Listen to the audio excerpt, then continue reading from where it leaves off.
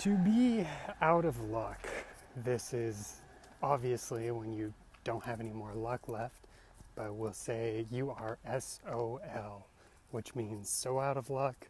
There's also another version that is with a... I got another one here, All right, so you look at this little patch that I tried to do here, right? It's not a very good patch. It's a rough patch, we can say. It's a rough patch, right? It's because it's not good.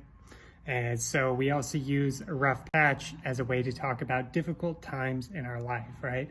We say we've gone through some rough patches, right? Or there were some rough patches when things didn't go very smooth. So that's kind of what that's referring to. The rough patch. To be cool with something. So I'm sure all of you know that we use the word cool to talk about things that are really awesome. Well, that was so cool.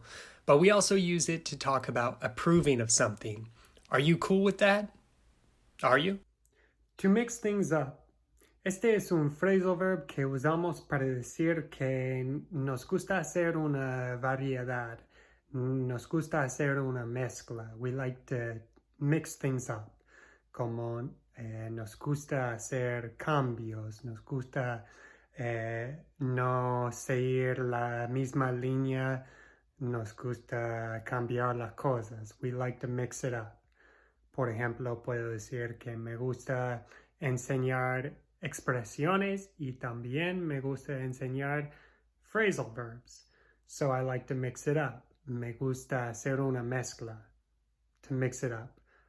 Como dar una variedad, más o menos. I'm at the end of my rope. Tú puedes hablar eso cuando se te acabó la paciencia, que no te das más, estás harto.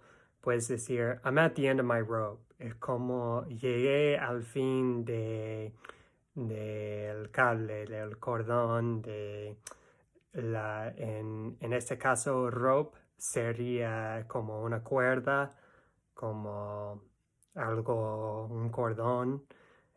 Podemos decir como llegué hasta el fin del cordón, que hasta el fin del límite creo que sería buena manera de explicarlo. I'm at the end of my rope. También como si estás harta en la vida y no te das más, puedes decir eso, como I'm at the end of my rope. No sé qué voy a hacer. To make the rounds. So this is a phrase that we use to talk about when you go around in a circle and circulate. It basically means circulate, but we use the phrase to make the rounds. So, for example, if you're at a party and you're saying hello to a bunch of different groups, we call that making the rounds because you're going around to different groups and you're saying hi to them. So we would say, I'm going to go make the rounds. Or if you go to visit your family, you want to say hi to your aunt and uncle and all of those people, you might say, I'm going to go make the rounds.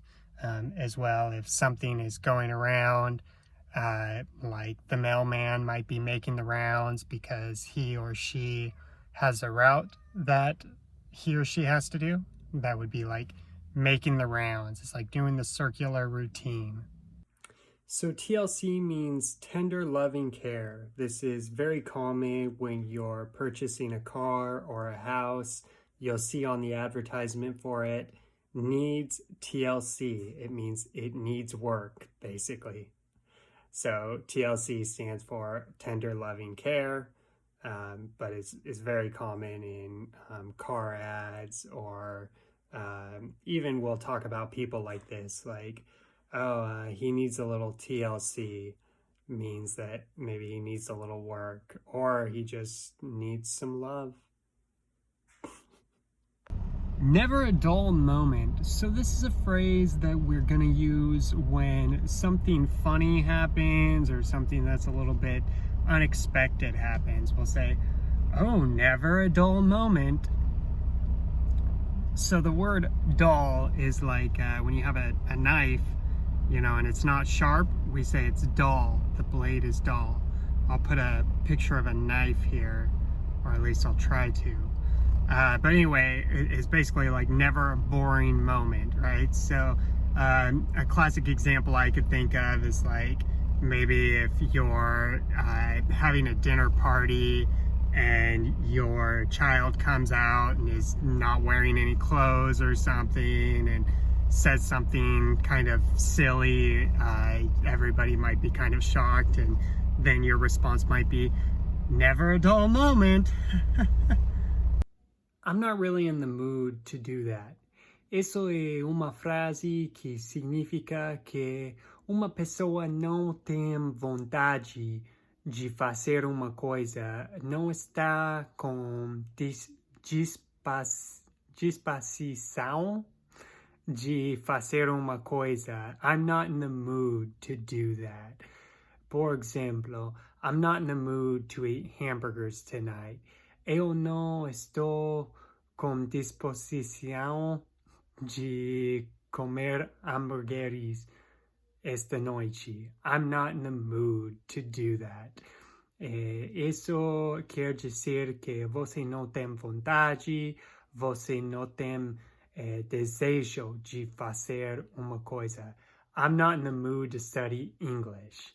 Mentira, você sempre está com vontade de aprender inglês. Speak for yourself.